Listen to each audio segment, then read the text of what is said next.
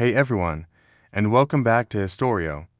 Today, we're peeling back the glossy pages of our history books to look at the real, raw, and often messy lives of America's founding fathers. We see them immortalized in marble statues and on our money, looking stoic and perfect. But what if I told you these giants of history faced personal demons and heartbreaking struggles that would test anyone's spirit? Let's dive into the hidden battles of the men who built a nation. First up, the big man himself, George Washington. We picture him crossing the Delaware, a pillar of strength. But behind that resolute general was a man plagued by lifelong health issues. From his teenage years, Washington battled a terrifying list of diseases: diphtheria, tuberculosis, smallpox, malaria, dysentery, and more. Imagine leading a revolution while dealing with constant, debilitating pain and fevers. His dental problems were legendary. By the time he became president, he had only one of his own teeth left. His famous dentures weren't made of wood, by the way, but a grim combination of human teeth, animal teeth, and ivory, held together by metal springs. This caused him constant pain and made public speaking an ordeal. His letters reveal a man deeply aware of his own mortality, yet he pushed through it all. It's a powerful reminder that leadership isn't about being invincible.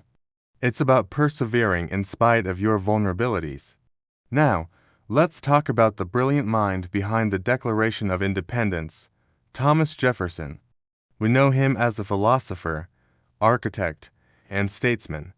But his personal life was marked by profound loss and what many modern historians believe was severe, recurring depression. Jefferson was a deeply private man, but his letters paint a picture of immense grief. His wife, Martha, died when he was just 39 after a difficult pregnancy.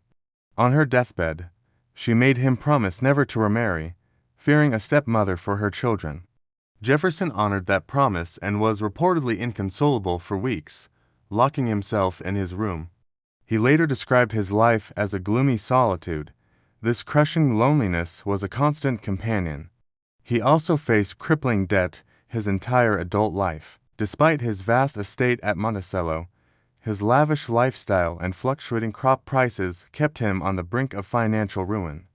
He died owing the equivalent of millions in today's money. So, the man who wrote about the pursuit of happiness struggled immensely to find it for himself. Next, we have a founder who has had a major comeback story thanks to a certain musical, Alexander Hamilton. His ambition was off the charts, and we all know he wasn't afraid to get into a conflict, but his drive was fueled by a deeply traumatic childhood. Born out of wedlock in the Caribbean, he was orphaned as a young boy after his mother died and his father abandoned the family. His cousin, who became his guardian, took his own life. Hamilton was left to fend for himself in a world that looked down on his illegitimate birth. This constant need to prove his worth, to rise above his station, defined his entire life. It made him brilliant and tireless, but it also made him impulsive and confrontational. He was haunted by a fear of failure and public humiliation. This insecurity arguably led to the very public affair that damaged his reputation and, ultimately, to the fatal duel with Aaron Burr. He spent his life running from the ghosts of his past, and in a tragic way, they finally caught up with him. Let's turn to John Adams, the second president. Adams was brilliant and principled, but also famously grumpy, insecure, and plagued by feelings of inadequacy. He constantly compared himself to his contemporaries like Washington and Franklin, feeling he was never given the respect he deserved. He wrote in his diary about his anxious and fretful disposition and his struggles with what he called melancholy. Today, we might recognize this as anxiety and depression. His long separations from his beloved wife, Abigail, during his diplomatic service in Europe took a massive toll on him. His letters are filled with loneliness and longing. Adams felt perpetually misunderstood, believing his contributions were being overlooked. He was a man who desperately wanted to be liked, but whose prickly personality often got in the way. It's a very human, very relatable struggle. The gap between who we are and who we want to be, And what about the father of the Constitution, James Madison? He was a small, soft-spoken man, often overshadowed by his more charismatic peers, but his biggest struggle was his health. From a young age, Madison suffered from what he called epileptoid hysteria, which modern scholars believe were likely epileptic seizures or severe panic attacks. These episodes could strike at any time, leaving him exhausted and incapacitated. This chronic illness created a deep sense of physical frailty and anxiety about his own mortality. Think about the pressure of the Constitutional Convention, debating for hours on end, shaping the future of a country, all while knowing a debilitating attack could happen at any moment. His quiet demeanor wasn't just a personality trait. It was partly a way to manage his condition and conserve his energy. His intellectual stamina is even more remarkable when you consider the physical weakness he had to overcome every single day.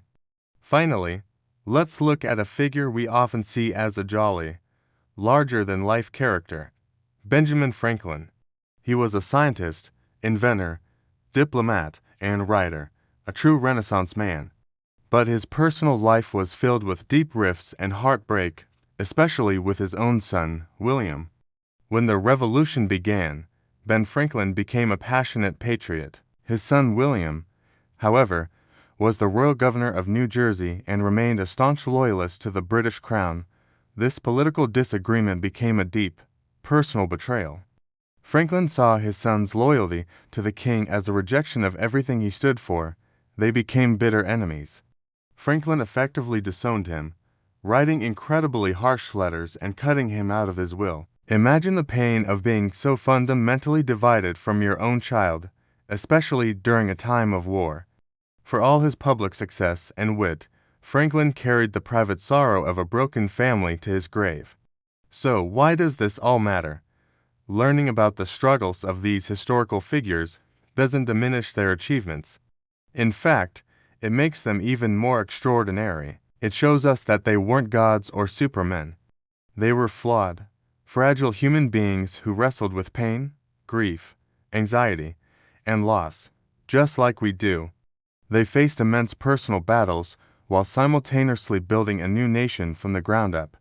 Their perseverance in the face of these hidden struggles is perhaps their most inspiring legacy. It tells us that our own vulnerabilities don't have to define us or limit what we can achieve. It's a powerful lesson from history that is more relevant today than ever. Thanks for watching this episode of Historio. What do you think? Does knowing about these struggles change how you see the Founding Fathers? Let me know in the comments below. And if you found this interesting, don't forget to like, subscribe, and hit that notification bell so you don't miss our next dive into the untold stories of the past. See you next time.